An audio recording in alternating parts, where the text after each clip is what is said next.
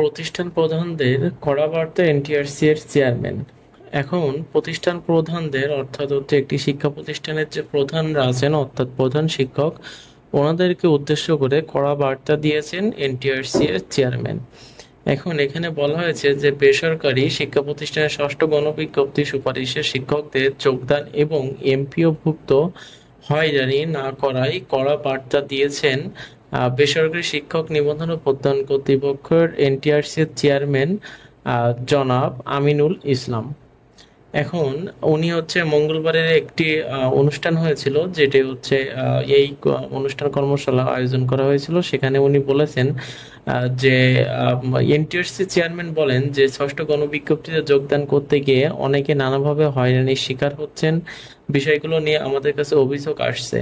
এখন আমাদের যে নতুন যে হবু শিক্ষকরা, নতুন যে শিক্ষকরা ওনারা যারা জয়েন করেছেন, ওনাদের কিন্তু জয়েনের পর থেকে, যেহেতু এটা কিন্তু এনটিআরসি এর মাধ্যমে নিয়োগ হয়েছে, এতটা জটিলতার মধ্যে বা হ্যাসেল ওনাদেরকে মানে ভোগান্তির কথা ছিল না। তারপরেও কিন্তু অনেক বেশি, আমিও নিউজ বা তথ্য পাচ্ছি যে অনেক বেশি, অনেক অনেক ওনাদেরকে হয়রানির শিকার হতে হচ্ছে।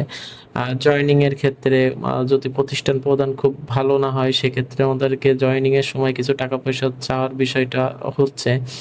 আবার আপনার এমপি আবেদন করার জন্য অনেক অনেক অনেকে অনেকে 5-6 হাজার টাকা পর্যন্ত নিচ্ছেন এমপি আবেদন করার জন্য। আবার পরবর্তীতে যে সমস্যাটা এখন আবার হচ্ছে সেটা হচ্ছে যে আমাদের যে উপজেলা শিক্ষা অফিসার উনি হচ্ছেন আপনাদের যে এমপিও ফাইল এটি ওনারা করার জন্য আর কি। এমপিও ফাইল ওটা হচ্ছে ছেড়ে দেওয়ার জন্য, যেটা এমপিও ফাইল যেটা ওনার কাছে প্রথমে পৌঁছায়, পরে হচ্ছে ডিডিতে পৌঁছায়। এখন বিভাগীয় পর্যায়ে ছাড়ার জন্য ওনারা কিন্তু টাকার দাবি করছেন এমপিও ফাইলটা আর কি ছেড়ে দেওয়ার জন্য। এখন এখানে বলা হয়েছে শিক্ষকদের বিষয়গুলো নিয়ে আমাদের কাছে অনেক অভিযোগ আসছে। শিক্ষকদের হয়রানি করা যাবে না। যোগদানের 1 মাসের মধ্যে শিক্ষকদের এমপিভুক্ত ফাইল অধিদপ্তরে পাঠাতে হবে, এ বিষয়ে আমরা নির্দেশনা দিয়েছি। এই নির্দেশনা অমান্য করলে সংশ্লিষ্ট প্রতিষ্ঠান প্রধানের বিরুদ্ধে প্রয়োজনীয় ব্যবস্থা নিতে সুপারিশ করা হবে।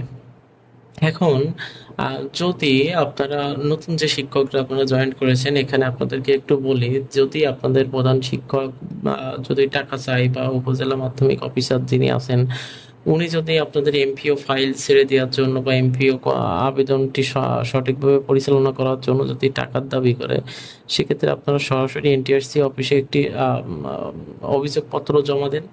আর না হলে আপনাদের যে বিষয়গুলো আছে সেই অভিযোগগুলো এনটিআরসি অফিসে আপনারা যেভাবে হোক জানান, বা আপনাদের প্রধান শিক্ষক যদি খারাপ হয় সেক্ষেত্রে আপনারা উপজেলা অফিসে জানান, বা উপজেলা শিক্ষা অফিসার যদি খারাপ হয়ে থাকে তাহলে আপনারা আপনাদের উপজেলায় আর যে সরকারি কর্মকর্তারা আছেন ওনাদেরকে আপনারা এই বিষয়গুলোতে অভিহিত করতে পারেন, বা যে সচিব আছেন সচিবকেও আপনারা জানাতে পারেন ইমেইলের মাধ্যমে। তো এটা আর কি আমি বলবো এখন। তবে সর্বপরিসরে আমি বলবো যে উপর পদস্থ মানে উপরের যদি কোনো কর্মকর্তারা আমার এই ভিডিওটি দেখে থাকেন, আপনাদের কাছে অনুরোধ, হবু যে শিক্ষকরা চাকরিতে জয়েন করেছেন এনারা সম্পূর্ণ নিজেদের মেধার ভিত্তিতে